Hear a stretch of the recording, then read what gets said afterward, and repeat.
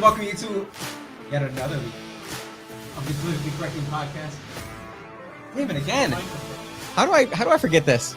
It's the most important part. It really is. Thank you for joining us for another week of Politically Correcting Podcast. My co-host, Lavelle Lewis, the infamous Lavelle Lewis, the world famous, the world renowned TV actor extraordinaire. Yeah. Dan from the Streets is off this week, but we still have Austin on the ones and twos as always. Hello. Best DJ in the business.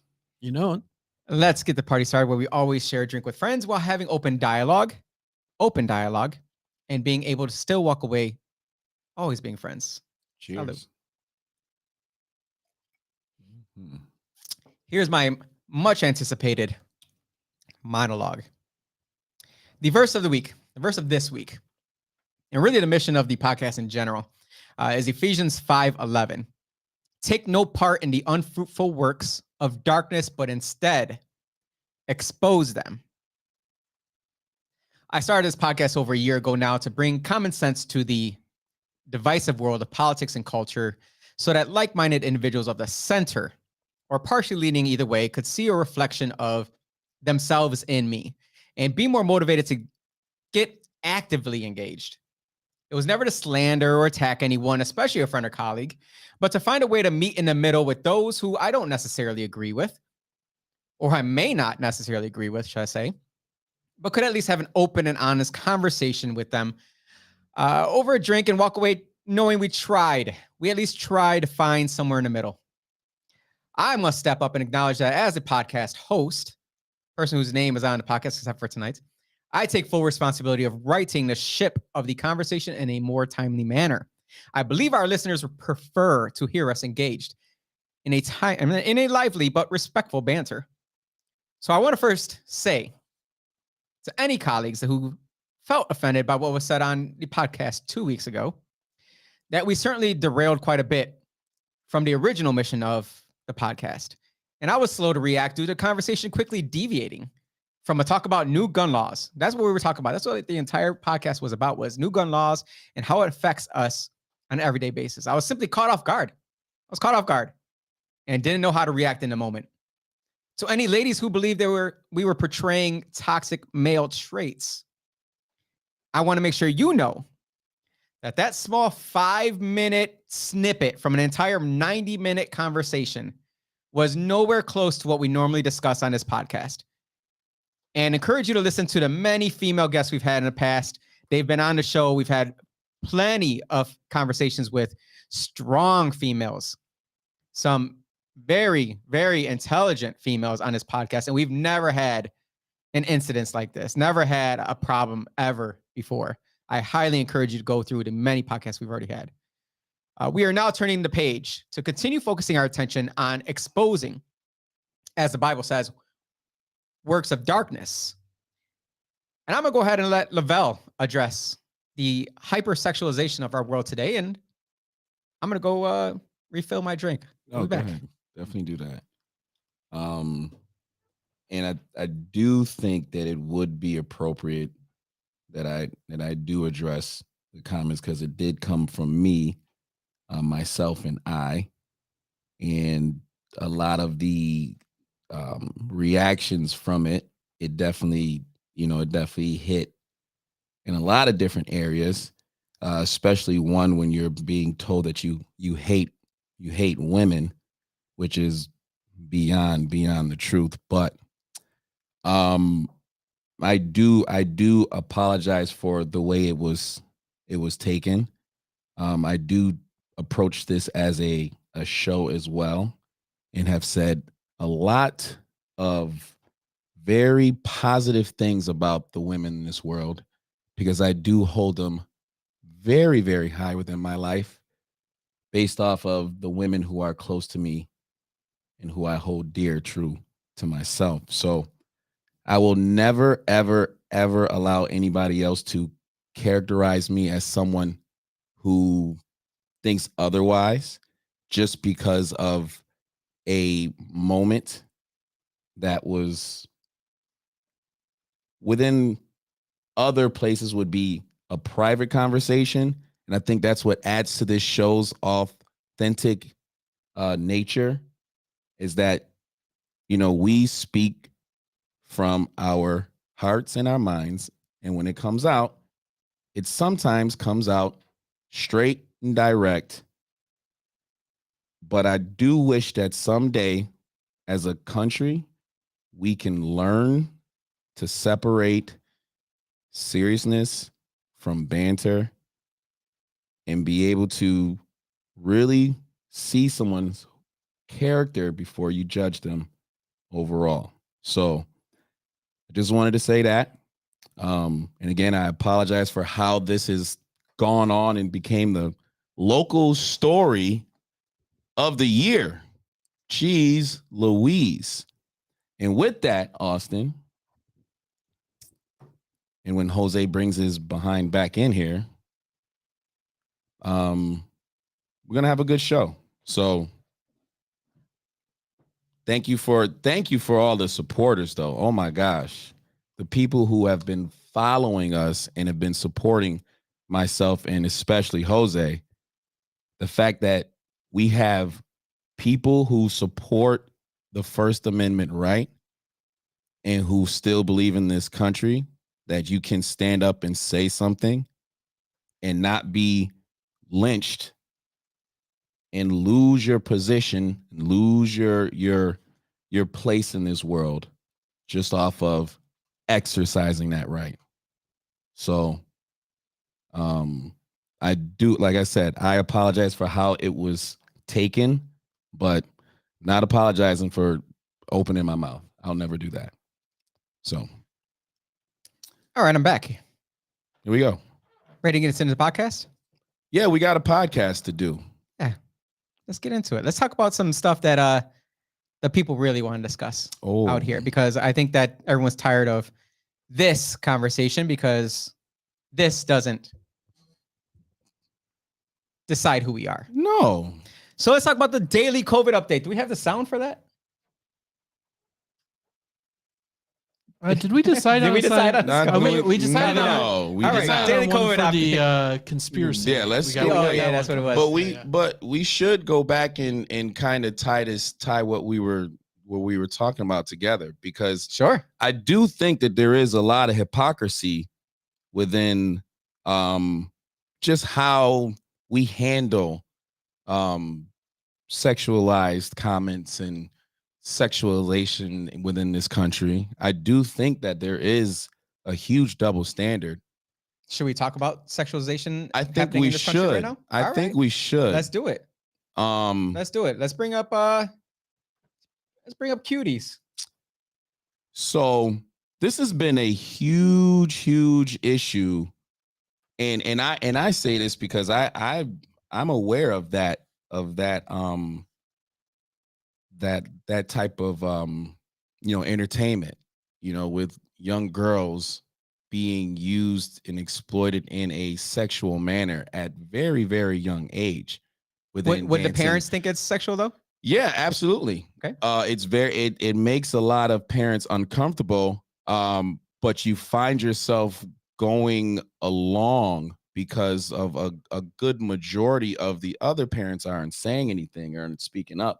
And it takes a real strong parent to go up to the people the creators of these outfits, and also the routines and stuff that go into what these young kids do. Mm-hmm. It takes a very strong parent to say, hey, yo, my daughter is not wearing that. Why the hell do you have my daughter wearing that shit? And I don't think any parent should be placed in that position to where you have to choose on keeping my daughter happy because everybody else is doing it, and protecting your daughter, which... And on top of that, I mean, I think that usually mothers are trying to get their daughters actively involved in activities that showcase their gifts, right? Mhm. I don't know anything about this show, to be honest. I just have heard of it, and when I saw the picture of it, I said that's disturbing to me. That's to me, I don't understand, but I've been told that it is about it's about other kids and parents that are in these beautician Pageants. shows, pageants, right? That they're allowing the kids to be in these types of Mm-hmm. things. But I don't understand why this was a show. To be honest, you know how many people in Rochester in this area right now? I can look it up right now. How many people are on the sex offender list? Oh, there's a lot. But I want to kind of dig a little further deeper into just what we're looking at. If you can tell, and there's a double standard a lot of times when you have people of color say things sexually or are exploited sexually, it seems to be okay and not okay at certain times. So it's okay right here to see, and I'm never one to use the race card, but this is pretty obvious right here. So you have the white girl standing up, of course her belly is exposed. She's getting exposed, she's getting exploited, but she's standing up in a empowered position. But then we look at the two black girls, one with she's almost on all fours. And then the other young girl, she's in a thought pose like she's Nicki Minaj. She's bending down. And I don't know if that girl that's poking her ass out, she looks like she has a little bit of culture to her. But you're right. There's a huge double standard. There's a lot of hypocrisy when it comes to sexualization and what can be done, what can be said. So not just that, in school as well. They're trying to push teaching sexual education in kindergarten. Yeah. In kindergarten. Yes. Experts, sex education should begin in kindergarten. First of its kind research shows sex education yields positive outcomes beyond STD and pregnancy prevention. This is from Montclair State University, right? Do we think this is? I think this is lewd. I think this is absurd. I would never stand for this. There's no way that that any school would be teaching my kid about sex ed in the kindergarten. Why is it even the school's responsibility to teach that to kids at this point, at this early age? Why is it up to... What age is it? Okay, though. I mean, honestly, because there has to be an age where we say... Why is it the school's responsibility? Okay. Is it not? Is science, health not part of it? No. I think it's the parents' responsibility to protect their kids from the overall responsibility of sex, period. Because why would you give the public school system that much power? Do you not trust it? Absolutely not. So you don't trust the public school system? Absolutely to teach your not. kids Absolutely not. In general or sex? I don't trust them to teach them damn near half of the shit that especially history. That's like the most dangerous tool to indoctrinate any kid. History, historical context. I mean, look at Black history, period. Well, people have been having a problem with history being taught in school because they feel as though they're not teaching the right history. Absolutely not. They saved the Black history teachings till February, 28 days out of the year, which the smallest month of the year. The smallest month of the year. How do you feel about that? It's everything that they teach is incorrect. Okay, it's absolutely wrong. So should they make it more based on the area that you are in? Because Rochester has a very deep history when it comes to Black history. Should they rearrange their entire set for teaching Black history when it comes to teaching them what happened here in Rochester locally, or should they talk about the whole generic? Well, you would want your child. You would want to start locally here because again, the facts doesn't lie as far as the local history, and not just with Black history, but women's suffrage movement and that history. And the travesty within that is that they found a way to muddy the waters between the women's suffrage and the Black movement during that time. They made as though that Susan B. Anthony was a racist. That was a lie. A lot of people made it seem as though that Blacks within this city didn't contribute to anything when it comes to women's suffrage, the women's suffrage movement, and also vice versa. They worked together. That's one thing that I think the powers that be does not want anyone to know, is that we were able to work together. Why would you teach unity when you want a division amongst the people?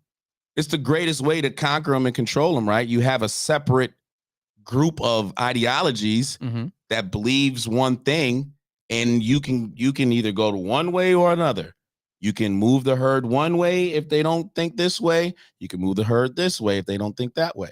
You know what I disliked about history and talking about slavery and Christopher Columbus and all that, it was they essentially glanced or glossed over the fact that they brought slaves to Puerto Rico and then co-mixed them to create a higher level slave. Yeah. Like we're just gonna gloss over that. Yeah. And forget the fact that happened. That's pretty terrible. It's terrible. So And the American government just ended bombing off the land of Puerto Rico just 20 years ago. They've been using Puerto Rico for so damn long. And so many people just have no idea about the history of slavery in Puerto Rico or Puerto Ricans in general. And I'm the same way, where we have the biggest influx of Puerto Ricans since Hurricane Maria. And we have not been teaching our kids in this city about where this young child came from that may or may not know much English because they just came straight from Puerto Rico. I don't know if they even know, because when I was younger, my family moved us to Puerto Rico for a year. I didn't know English till I was after 3 years old because my entire family only spoke Spanish. So I would like to also see education, the right education in our school, before they start talking about other types of education. Yeah. Because if you can't get the right education correct, how can I trust that you can get the sex education correct? Well, yeah, that's why I would love to challenge a lot of our local leaders as far as how do they feel about that, because you're really the only one that will come out and even have this conversation. We don't know how the folks on city council feel about this. We don't know how the people within the Rochester City School District feel about this, because it's already there. Right. I now have 2 kids within the city school district at the moment. I got a 10-year-old and a 14-year-old. Now my 10-year-old I'm most concerned about, because we're in a month right now where, if we want to talk about sexualization, Pride Month it's the epitome of that. Like, you're literally, I don't think that's what it was made for, though. It's not made for, but you gotta, I mean, if we're going to allow people to be proud of being a homosexual, that's fine. We're delegating a month for that, but it's still a sexual act. You want us to accept you for what you do in the privacy of your home. So you want me to allow the city school district to teach my kids about, first of all, sex ed, and now sexuality, like pride and figuring out when you as an individual can decide whether or not you're gay or straight. The teachers that are in the school district right now, what proper training do they have that will allow them to teach this and articulate it so that our kids actually know what the fuck they mean and how they feel inside, the emotions, and what makes them do what they do? That's way, way, way too much for me to even accept. Yeah, and I think we put a lot on our teachers to teach our kids. It's gotten to the point where we're teaching them about mental health. And we have professors that have gone to school for 8+ years who aren't teaching about mental health, who are just now saying, hey, I'm learning under this person because I would like to become a mental health teacher. And then we're going to ask a, 5th grade, science teacher to study mental health and how to talk to another young kid about what they're going through on a day-to-day basis. That's a lot that we're putting on the teachers. So it seems like we always, people in the city, we always attack RCSD, but we've put so much on them over time and said, you need to teach them about this. You need to add this into it. You need to do this. How much more can they actually do? And how much more should it be on us as the parents and say, hey, look, how about you bring your kids in and we're going to discuss it as a group. This way, you know what we're talking about. This way, you know that you're involved in it, so that we're not talking about things that are counter to what you want to teach them. Because there's a lot of things that happen with mental health that you need the parent involved in it. I understand there's a lot of times when you don't want the parent involved because maybe the parent is, super old school, or they would beat their child if they were to hear something about them. I get that. I Mhm. totally get that, but that's a fine line, man. That's Yeah. that's a very fine line. I don't know how to answer that. So how in the flying fuck are we not even at least alarmed about a kindergarten teacher going up to a 5 or 6-year-old to talk about gonorrhea? Like, first of all, how do you start off that conversation? Because going back to the article, Mhm. the article was talking about STD, teaching kids about STDs, like It says it goes beyond beyond STD. STDs and pregnancy prevention. Remember last week we talked about how they were trying to normalize herpes. You can't even do that. Like, how do you even know? Like, where does it start? Where does it come from? Well, it comes from the top. It definitely comes from the top. Or it comes from New York State. And that's the thing, that if you saw the numbers from yesterday's primary votes, it was abysmal. I think like 13% of Democratic voters actually showed up to vote in a primary. Mm. That's scary. That you don't care that much about what's happening in this world today to get up and go vote. And we had early voting. You said that's on the left? That's the Democrats. The Democrats. The Republicans were very similar. I think Republicans were like 15 or 18%. So I might have got them mixed up. So the only time people vote, right, is if there's some president, right? But when it comes to local shit that matters, they don't vote. They How do these really people don't. How do these people even know who they're voting for? Like, do people know that they vote for candidates who really don't give a shit about black people? Would they ever know that? How would you know unless you interact with them, unless you have some type of dealings with them to where you know how they truly feel about you as a group? Well, that's the tough part, because a lot of people, let's say they're in the nursing realm, how do they get out of work to go to these events? How do they find out? How do we get that information out to them? I'm with you. I think a lot of talk now, though, I'm iffy on, I don't really know where I stand on, is public finance of the politicians. So if you say, I want to run for city council against Jose Pio. Okay, cool. Go get your signatures. Boom. You get your signatures, I get my signatures. The government each gives us $10,000 to run our campaigns. You do with it as you wish. That, to me, I can see how that makes sense. But then again, you may not be someone I want my tax money going towards. Yeah. I may not believe in the things that you believe in. So why do you deserve my tax money? It's kind of like that balance between fairness and equity, and making sure that people are educated on what they're actually getting involved in. I don't have the right answer. I don't know. How about you make the work that you do volunteer work? If you really love your country, then you would volunteer your time. Well, I can tell you that working full time as a volunteer and not getting paid for it would be a hard pill to swallow for many people. How much full time do you think a politician really would do? I can tell you from my experience, I work full time. I can tell that maybe other people have a full time job, and then they work the 32 hours, whatever it may be, for doing city council stuff or RCSD. Now we're talking city council, right? Maybe locally, but we're like on the Congress level. Yeah, let's say for state assembly, they're in Albany 3-4 times a week, right? So they have to pay to be out there because they gotta stay somewhere. They have to eat.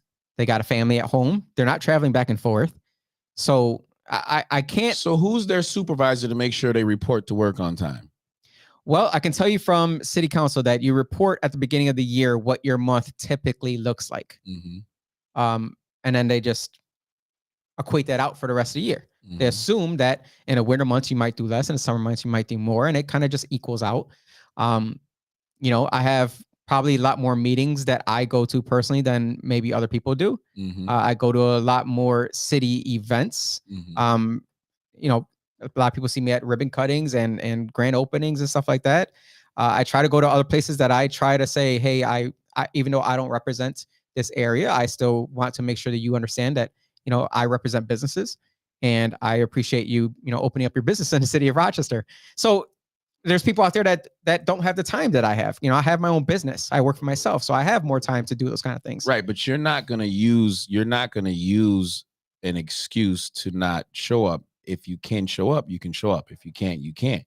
But Right. I just off of just understanding the human mind, The human element. yes, Mhm. of work. Well, it's a lot easier now with Zoom, since a lot of Yes. meetings are done via Zoom. You're not traveling back and forth to a meeting. You can just say, hey, let's just do a Zoom real quick. Mm-hmm. So that's made it easier for a lot of Mhm. people to attend a meeting straight out of bed, not showered, let's say, or Mhm. whatever it may be. So what I'm trying to get to is, how do you know that your city council member or Congress member, state assembly member, etc., how do you know that they're actually working? And if No they're clue. working, you have no Just idea. Trust, Just trust. trust and faith. So it would benefit folks within the political realm to kind of be known throughout the media versus their actual work and merit. What do you mean? Elaborate on that. So I don't think a lot of people know what you actually have done for the city, and don't understand that you are, leading the biggest, the most populated section within the city of Rochester. I have the largest section. The largest section. Definitely. But they don't know all of the things that you've put yourself behind and all of the changes that, right. They don't know that. Right. They don't know that. It gets to a point where you have to be your self promoter, and I hate it because it seems like you're self congratulating yourself, or you got to try and position yourself to be in the camera. So if you're Malik Evans, I need to make sure that I'm closer to you because the camera is always on him. Or if he's Adam Bello, I need to make sure I'm closest to him because the camera is always on him. That way people know that I'm doing work.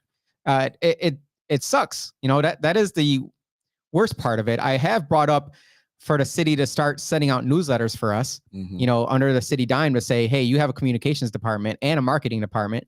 How about we just start sending out newsletters of what's happening in the district and what we're working on? And it really doesn't go anywhere. So that's why I invested in my own app. I can send out alerts right through my app so that people understand, hey, this is what I'm working on. This is what I'm trying to do. Some things I try to keep close to the chest, because if it doesn't go through, I don't want to look like a jerk that I wasn't able to get it done. But so far, so good. I've gotten a lot of things done. Right now, I would, it feels like this is kind of like a softball question for me here, but there's something happening right now that I'm very proud of, that if we can get it done, it'd be amazing. We just had Harbor Fest, last 2 weeks ago. We haven't had it in 10 years. They finally felt safe enough in the district, in Charlotte area, to finally bring back Harbor Fest. That was a huge, huge hurdle for me, because I wanted to make sure that we come back to having a beach that's family friendly, that we can have free events to, that you can actually show up with your family and have fun and not worry about the drama, the fights or anything like that, because it usually doesn't happen. It's just, the media takes it and runs with it. This year, we didn't have a single issue. We didn't have a single issue on Memorial Day weekend or on Harbor Fest weekend. That's huge. That is, wasn't it like busting shots the year before? No, not the year before. Probably 2 years ago. We had some issues the year before, something like that. when there was a lot of the defund police movement, and it was hard for police to get kind of motivated to do, the more proactive stuff. Right. But the entire time I was supporting our police. I have family members who are police. I have good friends who are police. I support them. And so now, with the relationships I've built with them, we have more attention on Lake Avenue, Dewey Avenue, and Lyle Avenue that we've never had before, ever had before. So now that we know that the beach is safer, there's less of the brouhaha, the recklessness that's out there. What I'm focused on next is converting the west side of the Roebuck Center into a handicap accessible access to the beach. I've brought it up to county legislators. I brought it up to state senator. I brought it up to state assembly. I said, this is what I want to work on with you. Let's find a way to get this done. because there was plans for almost 30 years ago that was already plans that the city had put together with the county that just kind of fell. It just fell apart. It didn't go through. Something happened. I don't know what it was. Well, we're in possession of those, or we are in possession of those plans. We see what the parking lot was supposed to look like. We see what the path directly from the parking lot to the water is going to be, so that people can get out from the vehicles in their, wheelchairs or in their crutches and get directly to the water without having to go through, sand. That's a huge part. It's a huge thing. Considering we have the Special Olympics, the polar plunge every single year. We have the polar plunge for Special Olympics, and we don't have accessibility for people with handicap to get to the water. So to me, this is a no-brainer. So that's something that I'm working on. The second part is for that Harbor Fest part is getting a freaking Ferris wheel down there, man. I know. Getting a little Ferris wheel to overlook that water. Yeah. And I said next year, after the Harbor Fest thing, I said directly to the guy that, was the head of putting it all together. I said, Ferris wheel next year, make it happen. I said to Mayor Evans, Ferris wheel next year, make it permanent. I want to showcase it at the Harbor Fest next year, and I want to make it permanent after that.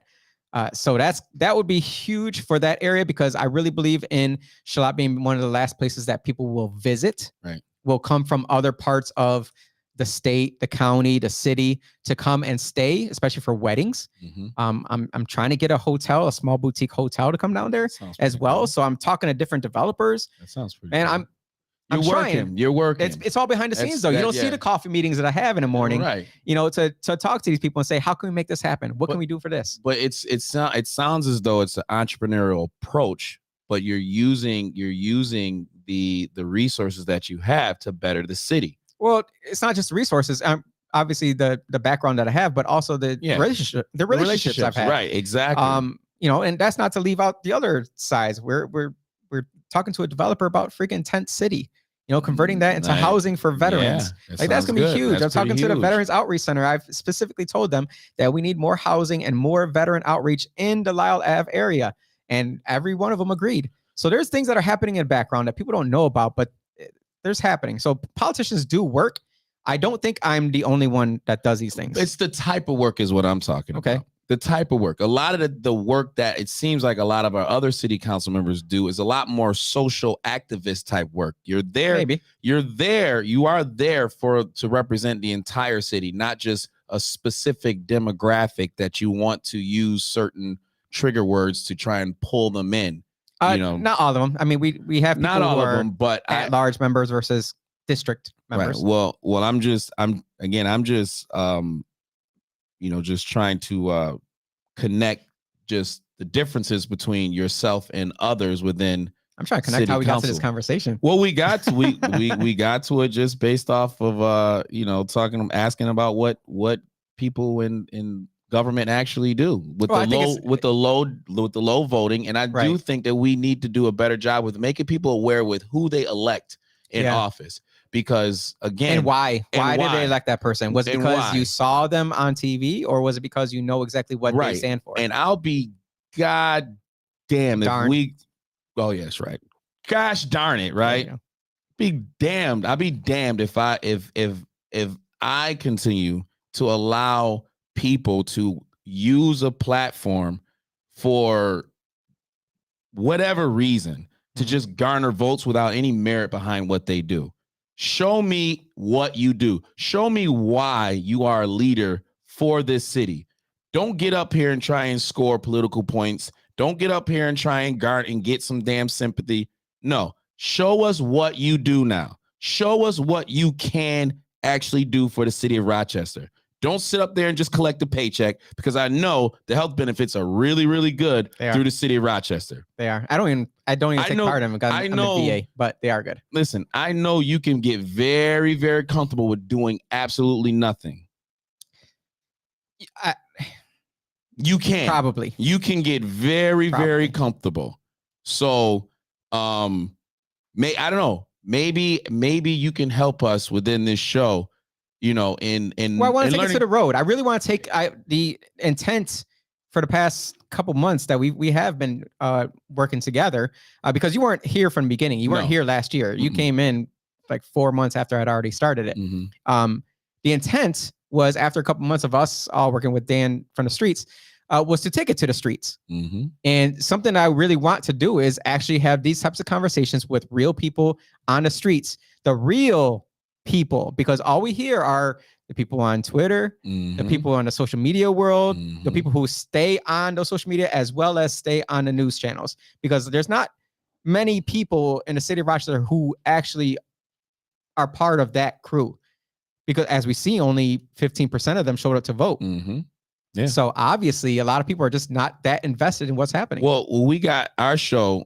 We do have some good folks within our comments, our comment section that always post and always have supported us. James, we're not talking about Buffalo, all right? He's over here pushing for a Ferris wheel in Buffalo. It ain't happening. So then you weren't allowed to vote. Yeah, I do think that that sucks. You definitely have a unique position with having this podcast that can actually educate the viewers in helping them find out the facts on who they are voting for. We have to know who is sitting up in these Pearl Towers and what they actually stand for. Well, I want to be better than that. I want this podcast, I wanted this beginning to be about the individual person and what they stand for. Yes, absolutely. A lot of people have no idea what they stand for or what they really think about certain things, because once you start asking questions, and that's why I would have guests on. You go back, for the past year and look at the amazing guests that we've had on. I ask questions to try and dive into why. Well, yeah. And we need to, as leaders, we need to push that out as well. Like, talk to the individual person and say, I want to know your why. Why do you get up in the morning to go to work? Because that decides what you really care about. Or what do you feel about the, again, the issue that we're talking about? How do you feel about kids being taught sexual education in kindergarten? At the age of 5. At the age of 5. How do you feel about a grown-ass man sliding up and down a pole in front of a group of kids, a stripper, a male stripper? How do you feel about that? Because it's not like it's not a national story. You have drag queens literally performing in front of kids. How do you feel about this? With the background that says what? Oh, it's not going to lick itself. How do you feel about that? Yeah. How do you feel about it? Don't go. Listen. Don't go putting a fucking camera in somebody's face when something is directed towards them in jokingly fun. How about we talk about some serious shit? Put a camera in the motherfucker face and ask him how you feel about this. It's not gonna lick itself. Because that shit right there in front of a fucking 5-year-old is 20 times worse than anything that I've said as a private citizen. This right here had to be okayed by someone. It's not going to lick itself. Who okayed that shit? Which parent said that shit was okay?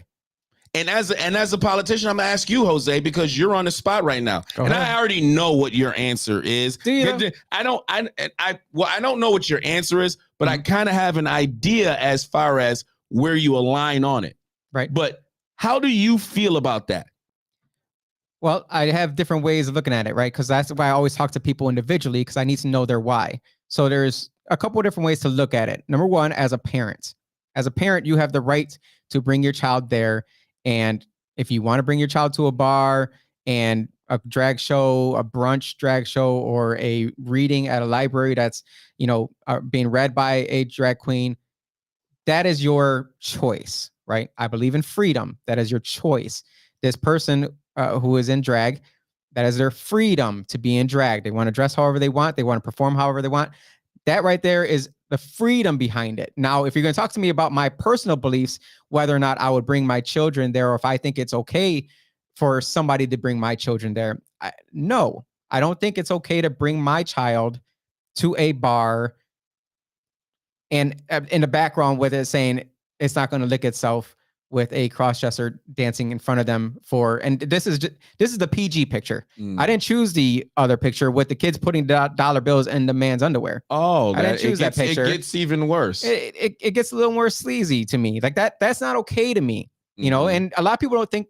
A lot of wives would say that's not okay for their husbands to do, you know. And so, if we're going to be honest here, we have to say, all right, we're going to draw a line somewhere. This right here is absolute freedom. I believe in freedom of religion. I believe in freedom of freaking speech. This is freedom of speech. Have at it. If you believe that your kids, you know, should be there and should be, have at it. Have at it, right? Have at it. Okay. But at the same time, you don't want me to push my agenda on you. You don't want me to push my religion on you. You know, people are going to say, well, you're bigoted for not accepting people. Well, I'm not saying I don't accept this person. I'm not saying I don't accept these families. Nothing about what I just said says I don't accept them. I just will not partake in it. Just like if one of my friends is into snorting coke in the bathrooms at the Lilac Festival, you know, in the porta potties, I'm not going to say that you need to accept my friend snorting coke at your child's birthday party. You know, that's not what we're doing right here. What we're saying is you have your freedoms. Do with it as you wish. Do not impose it on us, as I will not impose my freedoms on you. I will not impose my religion on you. We can discuss it. Let's have the conversation. But don't you think that's kind of where a lot of our culture is going? Like, if you don't agree with what we feel, we're going to impose our feelings upon you. And it absolutely feels that way. You to absolutely feels that way. Know? You don't even have to finish the sentence. Yeah. It feels that way. And if you don't, then we're coming after you, right? And we're going to screenshot where you work and where to contact your employer. You know, that's what they're going to do. They tried screenshotting the podcast person that put this whole podcast together. All he did was put up the cameras and video cameras, really, and got paid for it. And they actually screenshotted the company that put the cameras together. Are you serious? Saying this person puts the cameras together for We the People Podcast Network. This is his information. Feel free to leave 1-star reviews. Sounds very petty. Why? Sounds very petty. You only do that when you're a narcissist and you don't want anyone to keep telling the truth. I think that's a lot of the mentality of a lot of people. They have a lot of self-centered and narcissistic personality traits that it's become acceptable. It's become acceptable to be a self-proclaimed victim. All you have to do is to cower into your own feelings and then just get a group of people to believe you, and then there you go. Well, you have to believe people. Yeah. Because how they feel is their true reality. Yeah. If you don't accept it, good luck, right? Good luck. Good luck. We can go down this list all day. And we got more? Do we have more? There is more. There is more, right? There's more. Pull up the Christina Aguilera. This is absurd. Yo, wow. What is Christina Aguilera doing to herself? She decided to wear a strap-on dildo to her performance at the Pride concert. This was a family-friendly Pride concert. I love Christina Aguilera. Love her. One of the most beautiful voices in the world. I accept a woman, wanting to express their sexuality. That is. But why can't heterosexual men do it? What? You know that if you were to do that, if you were to stand up and do that on camera, like you're a sexual deviant. They would arrest you. Why would you do that? I don't know. If I do, that's all I'm doing is. Well, you can't do that. Well, why can't I? You can't even express the motion. I can't say No, can't even say that either. Can't even say that either. Oh, I thought he was just really violently rolling some dice. Rolling some dice? Yeah. 4, 5, 6. That's what you gotta take that off. You gotta get that off. I'm look at that. Again, why is she doing that? Why is she Because doing you that? can. Because there are certain people that can do things at a certain time. This month is a time where you can be very prideful about your sexuality if you're not heterosexual. So, and again, I'm gonna. And again, I'm not against that. You want to have pride. You're right. You want to have pride in your You're sexuality. right. I do not care. You're right. I do not care. But if you are going to be mad at someone, a straight heterosexual man, for being prideful in his sexuality and being as gross as what that just was, as being as disturbing as that was, as being as lewd as that was. Look at that. That's lewd. That's lewdest. She's doing a terrible job anyway. Like, you're doing it wrong, lady. Wrong. Let's get on to the next one. I still can't look at that. That's crazy. Well, just going back to what you were saying, and what did Jen say?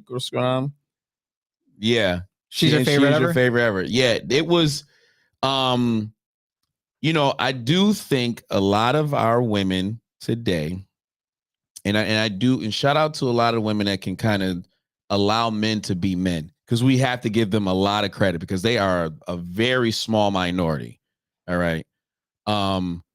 But for allowing men to be men is very, very, very crucial at this time, because if the question is, what does that mean?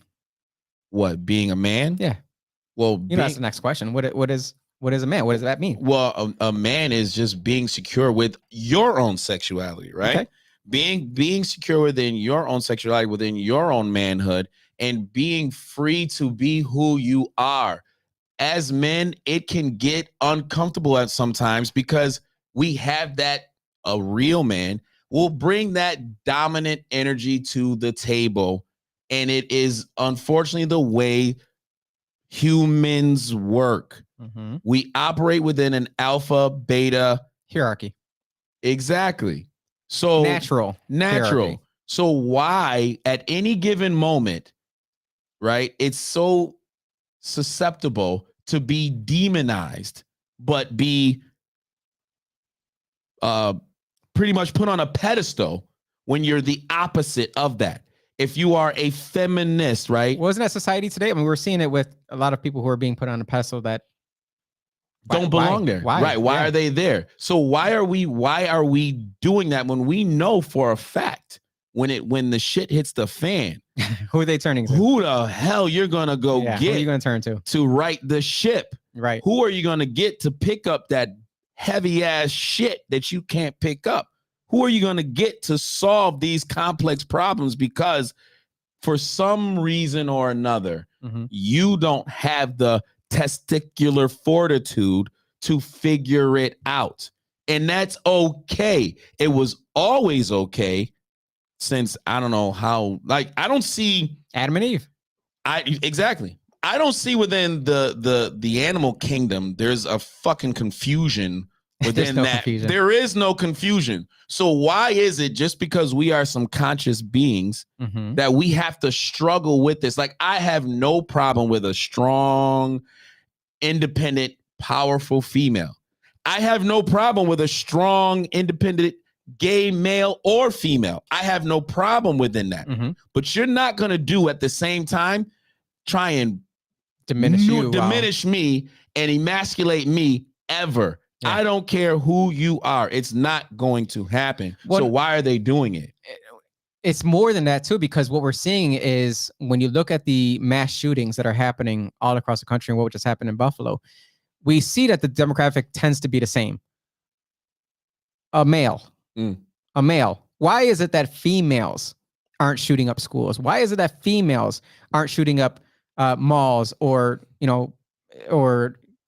movie theaters? Why aren't female? They have the same access to weapons. They have the same access to their parents' guns because they say, oh, they got it from their parents. The daughter has the same access. Why is it that it's males? And we can look at a couple different things. We can look at what's happening at home, what's happening in their social circle, and what's happening at school. And we know what's happening at school. We know it because it's been front and center for the past year with all the parents coming out and saying, don't teach my son this. We're teaching these young boys, usually white, Caucasian, loner boys, right? Why are they loner? Because they've been taught at their school that the patriarchy is the devil, that the future is female, that white superiority is where they got where they are, that they should have, they should put their whiteness to the side and allow someone else to go forward. That they have to ask permission to touch a girl's hand while they're dating. Mind you, there are states, I'm not saying go grab a woman because someone's going to take that out of context. Right. But it's not very sexy when you're dating a woman to then ask, may I hold your hand? Maybe back in the day, if we want to go back to how we used to date, how we used to court, I'm cool with that. I'm cool with if you want to go back to those days, but we have to be across the lines here. So these young males are feeling as if they don't belong because they don't feel that way, or they feel like they're an outcast and they don't have any friends and they can't get any girlfriends because they're usually kind of ugly, and they feel as though they don't belong, and they're going to try and get the attention of somebody by showing that they are a man. And they look at guns as that. Yeah. But most gun owners don't look at it like that. Yeah. I don't look at my guns and say I'm a man because of my guns. I don't look at that way at all. I look at it as some things have happened in past years where I feel as if my life is in danger. My wife feels as if her life is in danger. It's mostly because of certain people's comments and where they put on their social media, and their faction comes after us and they wish death upon us, whether because of COVID, vaccines, taking things out of context, whatever it may be. So we have weapons to control our home. Just in case someone were to do something stupid, I can protect my family in the best, most efficient way possible.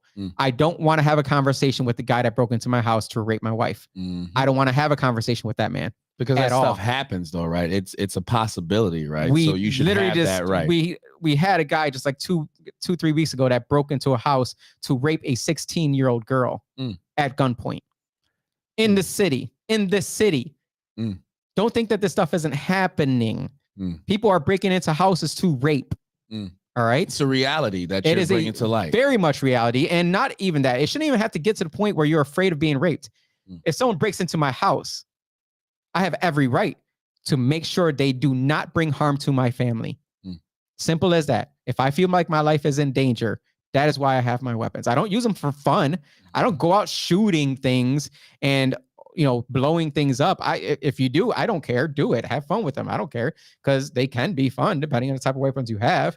I don't have fun weapons. I have some gadgets on them. I teach my sons how to shoot. I taught my wife how to shoot.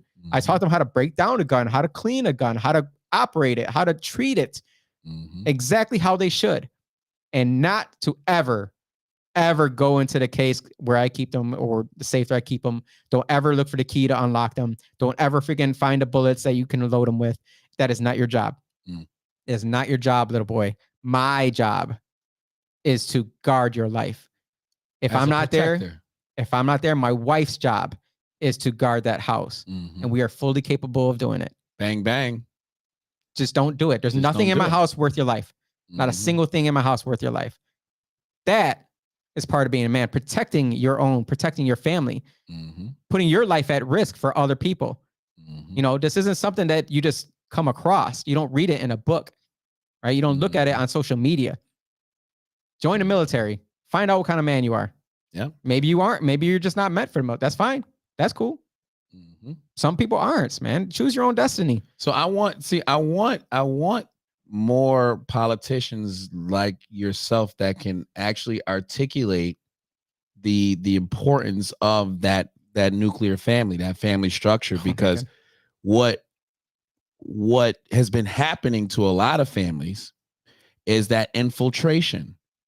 Families have been infiltrated with a lot of these things that does not represent that unity, that doesn't represent what you were just talking about. Again, your right to protect your family. That's a masculine trait, just like within the animal kingdom. Just making kind of comparisons here, where within the lioness, they go out, they grab the meal, they bring it home. There is a a job. Everybody has a task, right? But there's a natural patriarchy. A natural patriarchy. And we have that as well.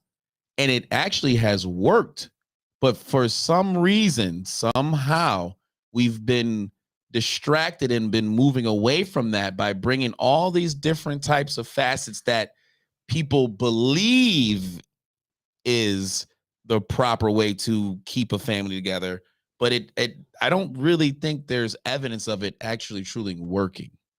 Well, I think we can always tell when the degradation of the family kind of started. Mm. You know, it was, and again, there's nothing against women going to work. Have at it. Don't care. But when kids weren't allowed to work, because obviously you can't have child labor.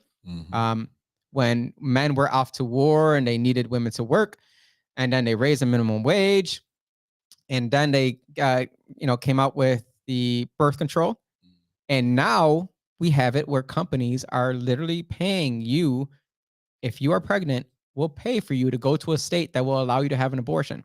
Really? They're not doing it for your health, ladies. They're not doing it for the benefit of you. They're doing it because they need you at work. They don't want to pay for that, 6 months of you being out of work and required to keep your position open. They're not doing it for you. Just like they weren't doing it for you when they continue to raise the minimum wage. They're not doing it for these young black and brown boys out there who are trying to get teenage boys who are trying to get a job. And now these companies are like, well, I'm not going to pay you $15 an hour when I got this retired guy over here that I can pay $15 an hour over here. Who's hurt the most? I have an actual article. Which one is it here? Who bears the brunt of higher prices of inflation? This is under my daily hypocrisy. As inflation soars, Black Americans bear the brunt of rising grocery, gas, and housing prices. Duh. Duh. This is a duh moment, guys. We knew what was going to happen. Everybody said we are going to hit inflation. It's going to get bad. And what did they keep saying? Inflation is transitory. That we want inflation. Actually, inflation is good for us. Inflation is Putin's fault.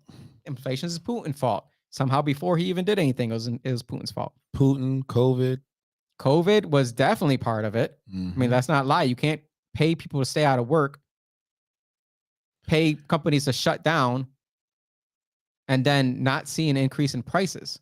Yeah. And then also require truck drivers to be vaccinated. And you can't come back to work unless you are. Or you can't bring your truck into California unless your truck meets these standards, which a lot of trucks didn't. And the proof is the evidence is here right now.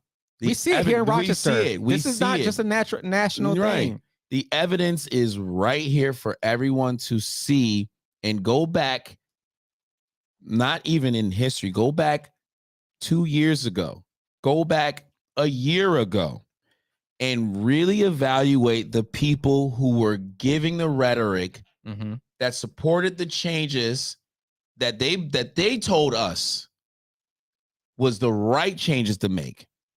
And look at what we got in return. This is the return on our investment. This is the return on your investment for supporting the wrong candidates, the wrong people to represent you within this city, within this state, within this country. This is your chickens coming home to roost. If most people won't remember this because everyone has a short-term memory, right? But remember, or maybe not, I was working with some local companies who were suing Andrew Cuomo because of the redlining that he was doing. If you're in the orange zone, you were okay, or you're in the red zone, whatever, you got to be shut down. It was pretty much redlining. It was. I was helping them getting the information together and getting it out into the public about them suing to stay open. And people were like, you're putting people's lives in danger. I'm like, we're putting people's lives in danger for the next 10 years if we don't get back to work. You need to take care of yourself. You need to understand that if you want to come back to work, you can come back to work. People have to pay bills. But if you're self-employed, you're not paying any bills, right? Or if you're a housing provider, you're not paying any bills. We need to get back to open. We need to understand that it was a year later. We had already gone through the highest of it, or the most of it for the most part, most deaths and everything. We understood at that point what was going on, and we had the vaccine that we were promised that it would work and that it would fix everything. We had already gotten all of that, and yet we were shutting places down or requiring them to stay open certain hours or requiring them to hire back only 25% of their workforce. Well, like we knew what was happening, especially in New York when they were giving it that top-up bonus. Yeah. Remember, they were getting unemployment, and then they're getting a top up unemployment. So they were making, $50-something thousand a year on unemployment, staying at home. And then when we said get back to work, they're like, "No, we good. Yeah, we're good. We're good. You're good." Well, what this is just going back to that article in the headline about inflation soars, Black Americans bear the brunt of rising grocery and gas prices, right? Who's carrying that? This is the return of the Black Lives Matter support, right? All of that Black Lives Matter support was there, and all of the measures that were supposedly done and created was supposed to make Black lives better. We get it now. We understand you are a group of people, and every damn left-wing, far-left motherfucker in office had a Black Lives Matter freaking all over the place. Black Lives Matter tag, Black Lives Matter everything. This is what Black Lives Matter got for Black people. You think that was how? Show me the connection there. The connection is if you truly cared about Black people, then you would have the first thing you would have tried to understand is how economics work, how the economy work. Yeah, but no, most people don't. They don't, but you're in office. You are supposed to know that. Yeah. Economics is a topic in most presidential or any debate. The economy is always the top, the number one thing. It's the economy, stupid. They talk about it all the time. Yeah. It's a freaking slogan. But there were promises that were made to a lot of promises specifically to the Black population. Every single time, though, every single time that there's an election of a president, they promise the Black population specifically. Every single time. I'm so tired of those people. I want them out of office.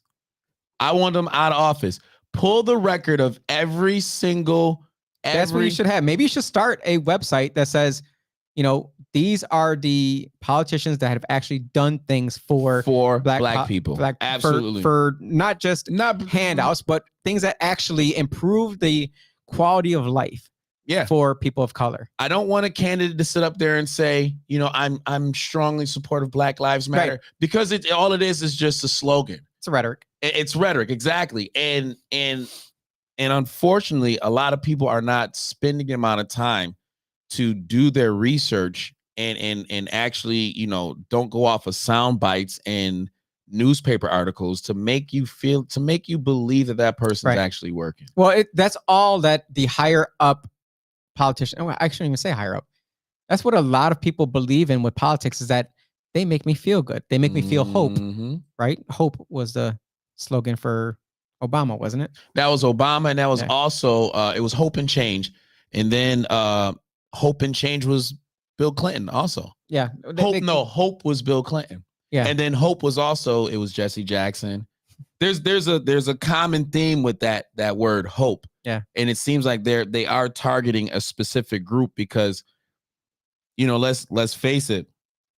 When you have a demographic that believes that they are oppressed, you want to use those words to kind of mesmerize them and make them believe that they're at church, to make them believe as though that, they're connecting with you by using these words. Obama was the best at it. Obama was Martin Luther King in front of Black folks and Bill Clinton in front of white folks. He literally found a way to be that chameleon, to where he mesmerized Black folks. I was one of them. I literally thought this dude was that guy. I still think he's that guy.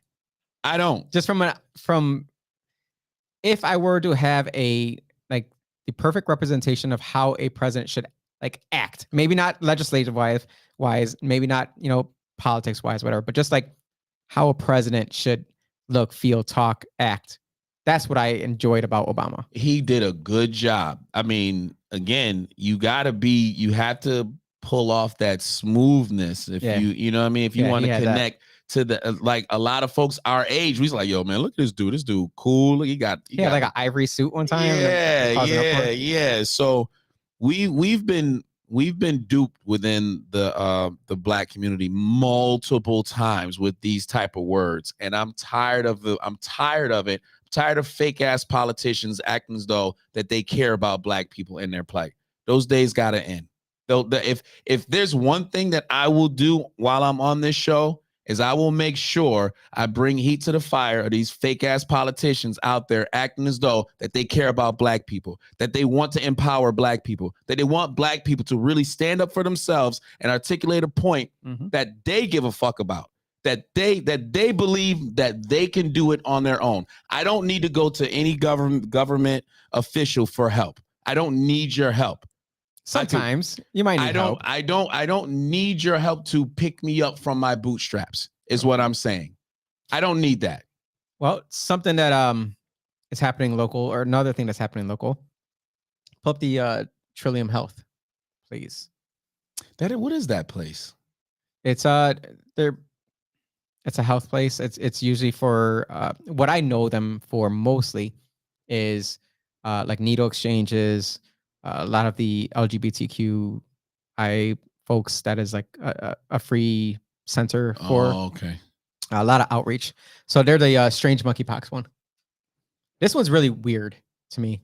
So Trillium Health issues warning as they monitor monkeypox disease. So we've been seeing monkeypox lately, right? When we were being told that things were changing, and now it's monkeypox, right? I don't know much about it, but what this article states, it says, according to the CDC, early data suggests that gay, bisexual, and other men who have sex with men make up a higher number of cases. Local doctors are now trying to warn the community of the risks and get ahead of it before it spreads to our area. The rash occurs in small numbers, maybe one or several clustered together in the groin, around the rectum, chest, hands, and face. So far, though, their data shows monkeypox appears from mostly skin-to-skin contact, but don't be misled by that.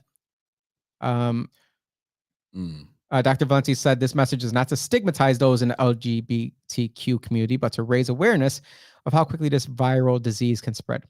So the problem is, a lot of people think that it's someone else's problem. It's, oh no, we have a lot of cases of men who have sex with men, and they think, oh, it's not my problem. But a number of these cases have occurred in other sexual people and in women, so don't be misled. So there's monkeypox is being passed around in a lot of the gay, bisexual. This isn't that weird? It's so weird because you know how I feel about the media. No one quite like. I feel like there should be a question there somewhere. Yeah. Well, why is it? How? Well, now all of a sudden, too many men are having gay sex now. So let's put some fear there. Like, where do you get I want to know, like, really, how is this all of a sudden a thing for gay men? Like seriously, and kind of going back to how they stigmatize HIV. Right. They put it on gay men then. Right. So is this just another form of, fear mongering, just with another demographic? But they can't. I mean, this day and age, I don't think they would do a fear mongering in that community, would they?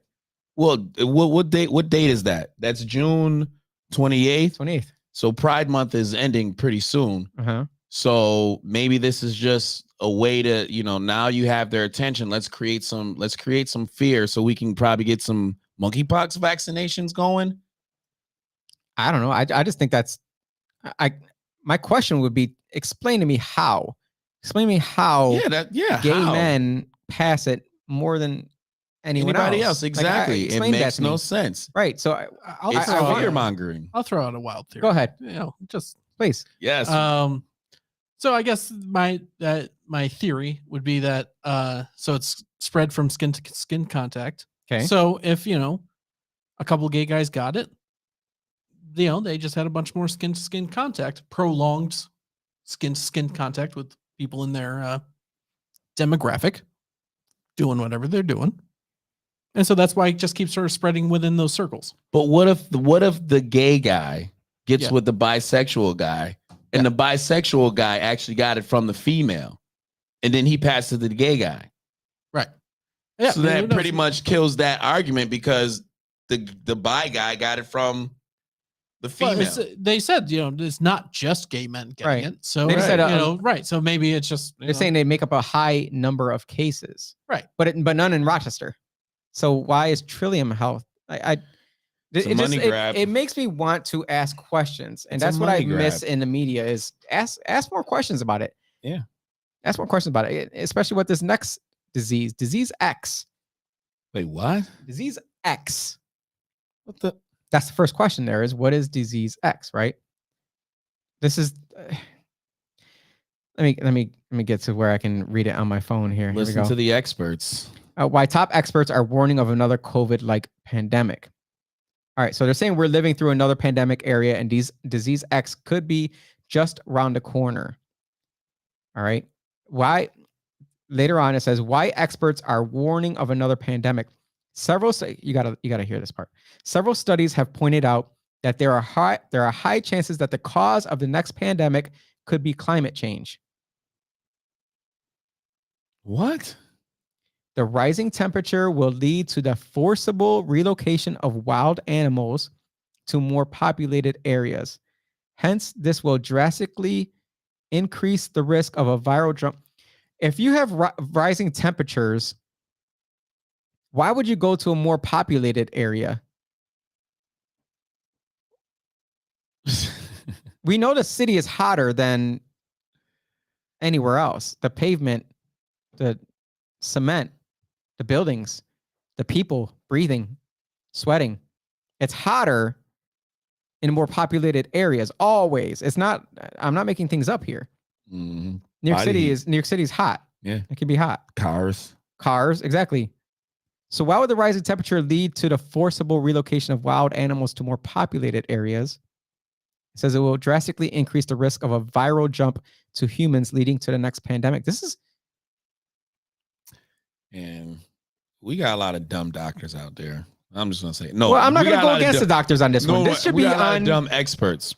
Well, I'm not going to go against the experts either. Ask a couple more questions. Just say, explain that to me. Explain why animals would relocate to more populated areas. Or are you talking about, I don't, just explain it to me. Explain to me how climate change is going to cause animals? What animals are we talking about? Right. Just explain, just elaborate. Skunks are coming. Just give me like 2 more questions out of that, because I came up with those questions on the spot there. But my theory. Sure. Let's go. Go ahead. Always some reason over here. Go ahead. Yeah. So humans tend to, the most populated cities tend to be by water, which are a little cooler than, areas that aren't directly on the water. Therefore, the animals would go to the cooler locations, and they'll toward the more populated areas. Right. There you go. I don't know. That's just my like. Makes sense, right? Yeah. If you're a coastal animal, You're a coastal animal, but Yeah. what about Right. the middle of the country? or what East or west country of are we the talking then, about here? then disease, maybe yeah. disease X doesn't hit there. I don't know. I'm just making this up. Yeah, again, and I'm not even saying that you're wrong. I'm just saying ask a couple more questions Appreciate here. it. Yeah, thanks for the explanation. But this, Dr. Austin. Again, Love it. first of all, another COVID-like pandemic, like another, like we can't just keep allowing these people to just create a pandemic anytime they want to, bro. Like all they need to do is just put it in the news and, oh, this one is worse than COVID. They like a COVID pandemic. We might have, like, this is not the weather. It's COVID 2.0. Oh man, We got to get into we some. better wake up, man. We got to get better into wake up. some.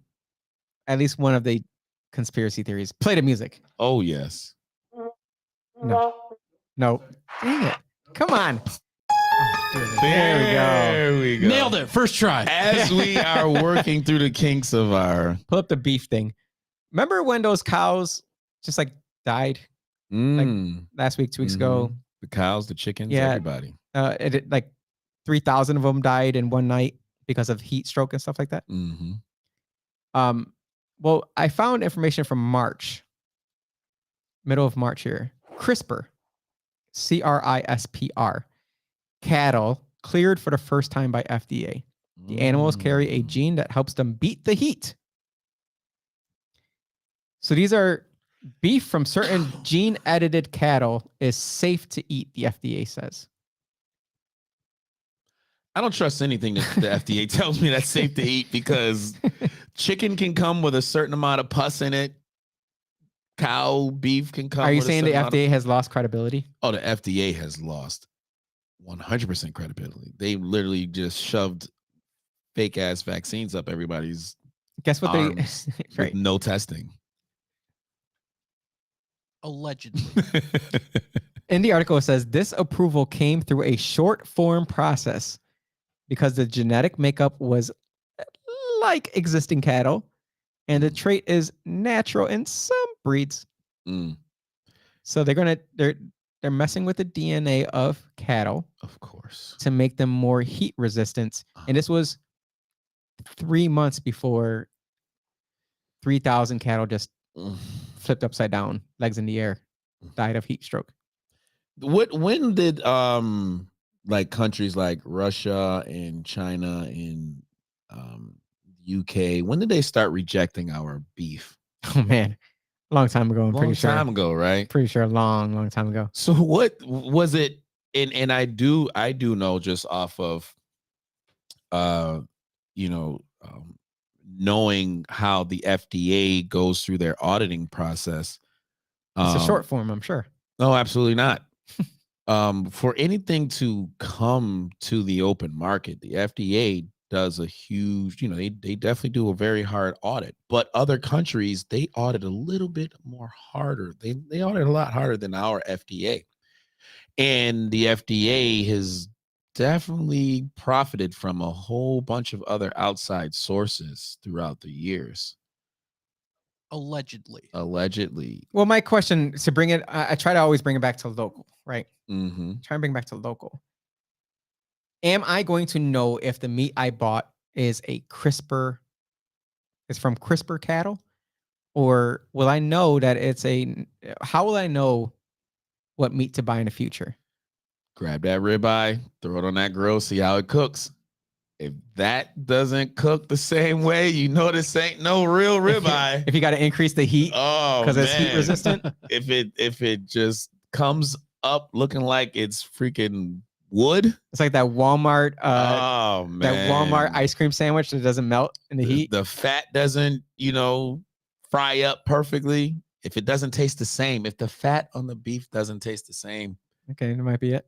that might be like, I don't think you'll be able to taste the difference. you can't. You see now they're coming out with saying that they're finding more plastics in our body and in our DNA. Sorry, in our DNA. Yeah, I don't deny that. I don't doubt that. I don't think that's okay. No, but we've probably been eating CRISPR meat for the last 3 months. We've probably been eating it and we don't even know about it. Like, see, they don't even tell the difference. Right. Let's bring it back to even more local here. The county sheriffs. This is fantastic. All right. Hey, there's my guy. We're not going to talk about this. This is fantastic to hear that Adam Bello, Monroe County Executive Adam Bello, signs legislation boosting staffing for Monroe County Sheriff's Office. That's fantastic to hear. Listen to the explanation. The county executive believed it is necessary to keep all area policing zones fully staffed. Increased violent crime in Monroe County, particularly in the city of Rochester, affects all of us, and we can't sit idle as our neighbors live in constant fear. Bello said, it's imperative we give our law enforcement partners the resources they need to combat violent crime and keep us safe. Man, I wish there was a single politician that was saying this the entire time. Applause, applause, applause. This isn't reimagining police. This is supporting police and this is refunding police. Refunding police. Yeah, this is literally refunding police. This is showing what a politician is doing that can be a benefit for the community. right, directly in our community, because it says, according to legislation, a boost in staffing will allow the sheriff's office to work in coordination with RPD patrol section and major crimes unit to support Rochester on violent felony investigations. Mm. Thank you, Adam Bello. Thank you. We appreciate it. Now we must make sure we still have that balance and that we can hold Monroe County and RPD accountable for when they do overreach. Mm-hmm. They better make sure that they maintain the respect for the Constitution for our citizens so that we don't go back down this road of picketing out in front of City Hall and Monroe County buildings because they want to go back to defunding police. Mm-hmm. Our law enforcement, they definitely went through a lot of, a lot of ridicule for the last couple of years. This is your shining moment. This really is. And on top of that, the next one is about RPD. They're down 70 plus officers. And I don't actually, I know that number is actually incorrect. I'm trying to figure out where he got 70 from, because I know it's more towards 100. I think that's 70 officers from like a certain time period. But it says RPD is trying to keep their possible recruits around. You know that the other counties are just like snagging up because they go through the RPD training. Mm-hmm. They see what's happening and they're like, all right, I'm out of here. Mm. I'm out of here. They can get paid a little bit less somewhere else, but not have to deal with the nonsense. But this is fantastic to see, because I know one of my buddies, Justin, is heading this. He's doing a fantastic job. I spoke in front of these kids. I say kids because they're like, 10, 15, 20 years younger than me. A lot of people of color were in the audience. It was fantastic to see. If you want to be the change, be part of the actual change. Be in it. Get in it. Mm-hmm. We need to raise our kids, especially those who don't know what they're going to do after high school. They're just finishing up high school. Trust me, get them involved with this training program for RPD. And man, it'll get them ready. And you can have a good job, a real good job. So that's awesome to see that we're putting more money into the Monroe County Sheriffs. It's great to see that we're boosting our efforts around recruiting. The downside is a lot of it is because the sentence at the bottom, it says the Union Locust Club says RPD uses 35 overtime shifts a day. Sick. That's sick. That's tough. The city just had to find more than $2 million to pay for all the overtime to cover all the shifts. So we need to hire more people. Yeah, well, this is part of it. Goes back again. Politicians who are in office, who demean the position, who put it down, who make it seem as though it's the group, right? Not the individual, right? They make it seem as though it's an unworthy position, when they don't understand that it is a great opportunity for minorities to get out of poverty. Right? Like you can actually get out of poverty by working within the community that right, already. You know the people very well. You know the names. You know them exactly. You know the people who you want to keep safe. Absolutely. And who you know are being a menace to society. And I don't think people realize the rewarding return that you get from working from within the community. Yeah. You're getting a paycheck to drive around your community and actually help and support people that are in need, that will see you in that beautiful uniform, right? Because God, they love a man and a woman in uniform. I don't care. You will receive. That's my Lil Wayne song there. Right. I mean, it's a great song, but the return that you get on that feeling, about really doing something good for somebody else, it does create a sense of pride, the integrity. Absolutely. And you can definitely change, and you won't have to worry about, because when I talk to folks, when there's hot button issues from within the community, the first thing they always want to talk about, man, them white people this, them white people that, them white. Well, not saying that that is the problem. That statement definitely has a lot of misrepresentation behind it, because there are a lot of white officers who work and do their job. At the same time, if you don't feel comfortable with that, then go in there and compete and get those jobs so that you can represent your community. Don't sit and point the finger if you're not going to go out there and put yourself on the line. But you know what it is? It's the work that comes with that job that people really don't want to mess with. They don't want to mess with that work. Right. It is hard to really see a dude that could be 6'3", 225, 230 pounds, jacked, that you got to find a way to. I'm calling pick team. Yo. I'm calling the mental health team. That's it. Yo, come and deal with this right here. Come get this dude, man. I want to end it. We're getting to the hour and a half part. I always try to make it an hour. It never ends up being an hour. But I always want to. This show was different. This is a different show. Different. This was a different show today. And I know people were talking about bail reform. I get it. Trust me, I'm with you. Within, not to hold you.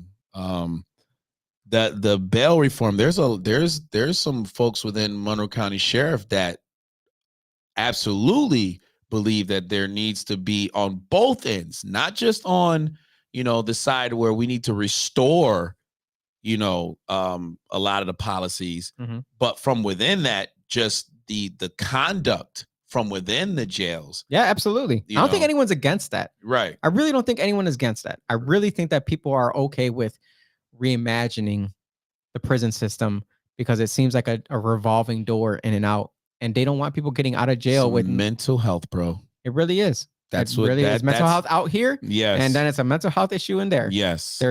We gotta fix that. We gotta understand that there is mental health issues on both sides of it. Absolutely. And there's no real one answer. But I do want to end the podcast on this one topic, which I know will make you, I don't want to say happy, but it's not really happy. We haven't spoken of this person in a while. Pull up the Ghislaine Maxwell sentencing versus the R. Kelly sentencing. Ghislaine Maxwell. Ghislaine Maxwell sentenced to 20 years in prison for sex trafficking crimes. Again, this woman is a disgusting human being, but she helped form a worldwide child sex trafficking ring for elite politicians, people in movies, Hollywood, big money people, elites. And not only does she get 20 years in prison for sex trafficking, but you look over here at R. Kelly. R. Kelly is sentenced to 30 years for a scheme to lure children into sex. R&B singer 55 is likely to spend much of the rest of his life in prison after being convicted of years of psychological and sexual abuse. I'm going to go ahead and assume that Ghislaine Maxwell should have gotten way more than 20 years. Well, if he got 30 years. Yeah. If he got 30 years, this is one of those things where I have a problem with. Yeah. I'm going to sit there and say, man, how did R. Kelly get 30 years? Well, R. Kelly didn't know enough popular, important, powerful people. The networking? Yeah. Well, did you see the other thing where the FBI somehow lost all the tapes that they seized from Jeffrey Epstein's home? We know what was going to happen with those tapes when they went in there and into that building, and they all wore masks. Yeah, all FBI agents wore a mask. You didn't see their faces. They all had bags and bags of DVDs and tapes. He had cameras all over his house. Yeah, cameras. And let's not talk about how Ghislaine Maxwell's daddy also had a pedophile ring that it seems like Ghislaine overtook. Let's not talk about their connection with the royal family throughout years. So you got Prince Andrew. Allegedly. Oh no, it's no more allegedly. Listen, that's a fact. You got Ghislaine family, the Maxwell family being connected with the royal family for years. Ghislaine was a very, very close friend of Princess Diana. Well, I can't say a friend. She was just with her a lot, and she, spent a lot of time with Princess Diana. So she knew a lot of important people. And the fact that she got 20 years, that goes to show how freaking crazy their ring was. Yeah. Because remember, she was going to spill the beans on everything. Oh yeah. She was saying, "I will talk. I'll say exactly what happened," and they nixed that real quick. Mm-hmm. Yeah. So it says Agent Kelly McGuire testified that CDs and hard drives disappeared as authorities waited on a warrant to seize them. They disappeared. Well, what's crazy is that still people are more aware of R. Kelly getting 30 years, period, Right. than when her shit came out yesterday. And there was not where was Don Lemon on this topic? I want to know, where was Don Lemon's long emotional rant about her not deserving just 20 years? Yo. And sex trafficking is happening here in Rochester, and it's not being talked about. But we're not just sex trafficking adults. No, We're kids. trafficking kids. Remember that reporter? The reporter that was yesterday? Yeah. And that person was like, yeah, I want to report on this. And it seemed And like she couldn't do it. She said it's hard to do it. right. So there is, you already know how I feel. I've been talking about this case Day one. That's actually why I brought you on. Before it even got to where it was, I said, this Epstein case is the biggest case in human history. And you saw what happened. We swept it underneath the rug. I encourage people to look up Jimmy Savile, look up Ghislaine Maxwell's father, look up his history with sex trafficking and the crimes that were associated with him and how he was a Israeli Mossad agent. These people used a lot of blackmail to increase their political power. That's not hidden. That's not hidden at all. That's straight up in all the information. That is factual. Yeah. The fact that this woman got 20 years, if you are a person that believes in, protesting and all those, this is something you should be protesting about, because our kids are being slaughtered